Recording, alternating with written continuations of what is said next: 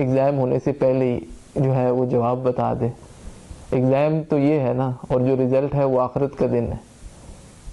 تو اتنے شفیع نبی جن کا امتی کو خیال ہے، جو پیدا ہوئے تو تب بھی امت کا ہی نام تھا، جو جب دنیا سے گئے تو تب بھی امت کا. اگر لیڈرشپ کی بات کروں تو میرے نبی کی لیڈرشپ جو ہے اس کی تعریف اپنے ہی نہیں بلکہ بیگانے بھی کرتے ہیں. So being a student of international relations, I have to tell you one more thing. میں آپ کو ایک اور بات بتاتا ہوں، کیونکہ ہم تھیریز، سائنٹسٹ، فلاسفرز اور ان سب کو پڑھتے رہتے ہیں. تو ایک بات میں نے پڑھی تو مجھے بڑا اچھا لگا، تو میرا دل کرتا ہے کہ وہ میں آپ سے شیئر کروں. بس آخری بات ہے، وہ کر کے میں انشاءاللہ اجازت چاہوں گا.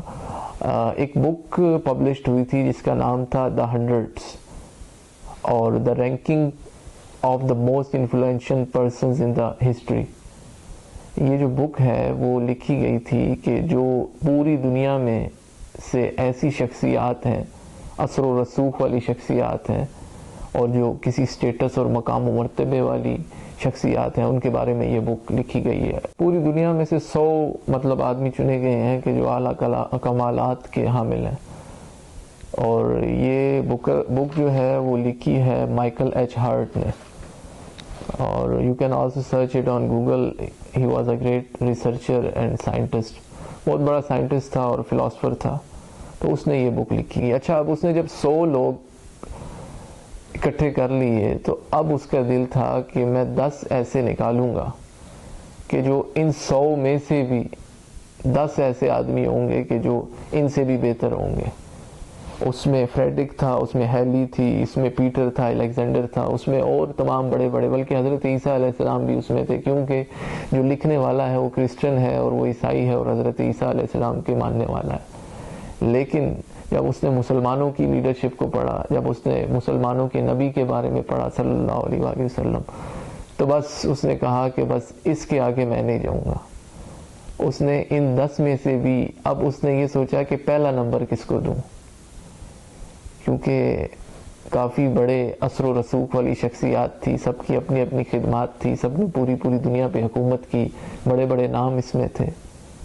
لیکن جب اس نے یہ دیکھا تو اس نے سب سے پہلا نمبر ہمارے اور آپ کے نبی کو دیا.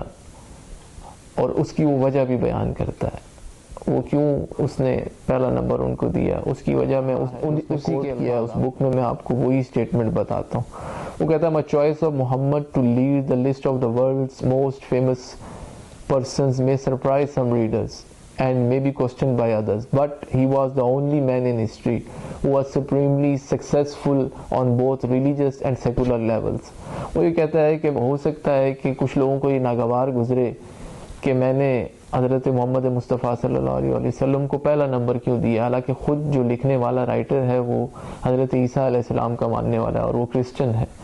اور وہ یہ کہتا ہے کہ ہو سکتا ہے کہ میرے لوگوں کو یہ بات ناگوار گزرے گی، لیکن میں نے اگر ان کو انفلوئنشل پرسنالٹی کہا ہے تو اس کی ایک وجہ ہے. آگے وہ اس وجہ کو بیان بھی کرتا ہے.